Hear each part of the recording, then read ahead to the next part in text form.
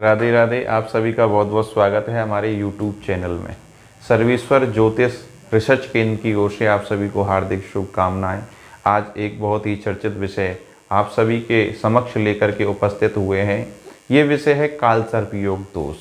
कालसर्प योग दोष क्या होता है, उस कालसर्प योग दोष में आपको क्या नुकसान हो रहा है, कौन सा कालसर्प योग आपकी कुंडली में है। वैसे तो हमने एक वीडियो पहले भी बनाई है जिसमें बताया है हमने 12 प्रकार के कालसर्प योग दोष होते हैं, उनमें कौन कौन से कालसर्प योग दोष होते हैं। उन 12 कालसर्प योग दोष के बारे में हमने विस्तार से बताया है। आज हम जानेंगे कालसर्प योग दोष जब हो अनंत नामक कालसर्प योग दोष।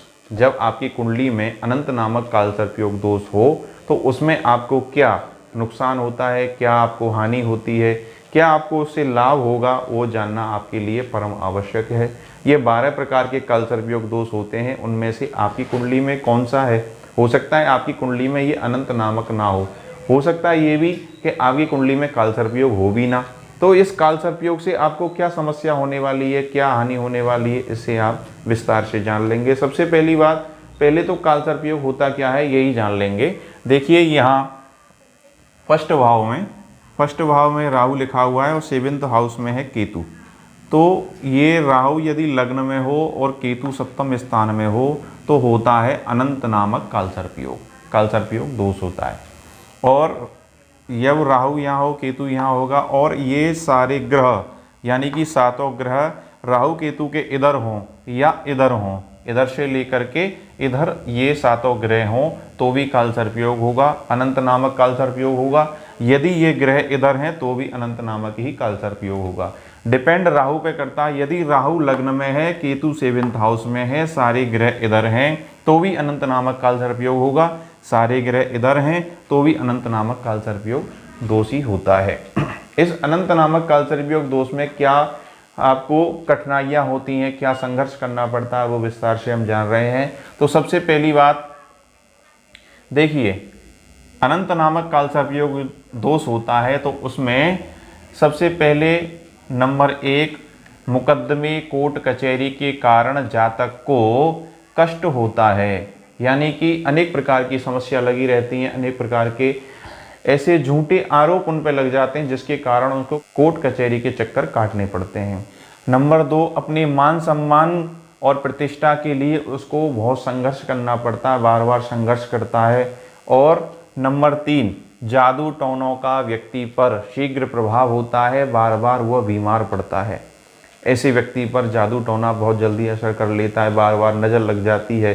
स्त्री हो या पुरुष, ये हो दोनों की कुंडली में होगा, अलग से नहीं होगा। अनंत नामक कालसर्प योग को जो फल है वो स्त्री की कुंडली में भी होगा और पुरुष की कुंडली में भी एक जैसा ही लगभग होता है। स्त्री की कुंडली में कुछ भाव बदल जाते हैं, राहु केतु का भाव स्त्री की कुंडली में अलग होता है तो इसलिए थोड़ा सा बदल जाता है। यदि स्त्री की कुंडली भी है तो उसकी कुंडली में भी बार बार यहाँ ये तीसरे नंबर का आप देख रहे हैं, जादू टोनों का शीघ्र प्रभाव हो जाता है और बार बार उनको बीमारी लगी रहती है, हानि होती है।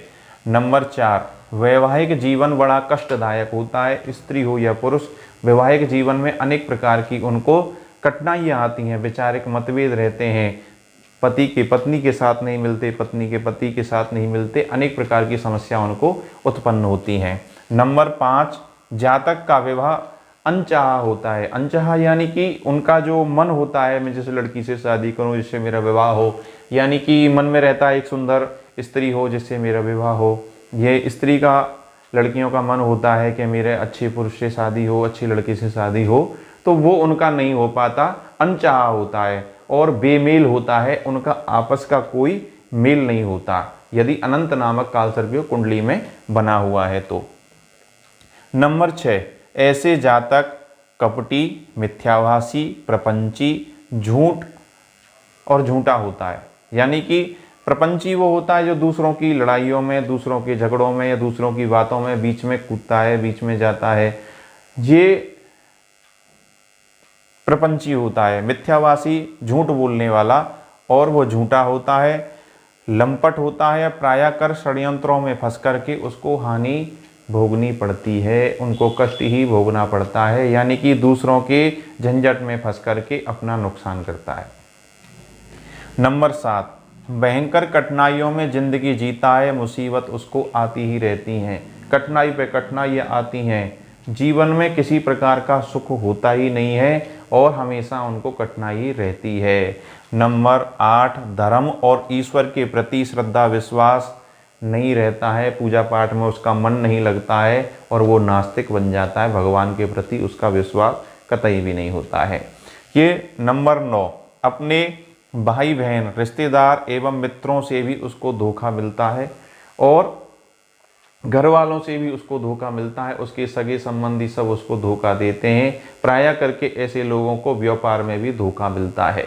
तो ऐसा कालसर्पयोग यदि आपकी कुंडली में बन रहा है तो आप समय रहते हुए अपने कालसर्पयोग को जचवाएं, दिखवाएं, अपनी कुंडली को रीड करवाएं, जिससे आपको पता लगे कि आपकी कुंडली में कोई कालसर्पयोग दोष है तो उसका उपाय क्या है। यदि इस प्रकार की यदि कोई समस्या आपको उत्पन्न हो रही है और आपके पास कुंडली नहीं है तो आप जान लें कि आपकी जो जन्म के समय जो जन्म लगन बनी थी उसके हिसाब से आपकी कुंडली में ऐसा कोई कालसर्पयोग होगा, तो जिसके कारण आपको समस्या उत्पन्न हो रही है। बहुत सारे लोग हैं जिनके पास अपनी डेट ऑफ बर्थ ही नहीं है, टाइम ही नहीं है, उनको पता ही नहीं है हम पैदा कब हुए।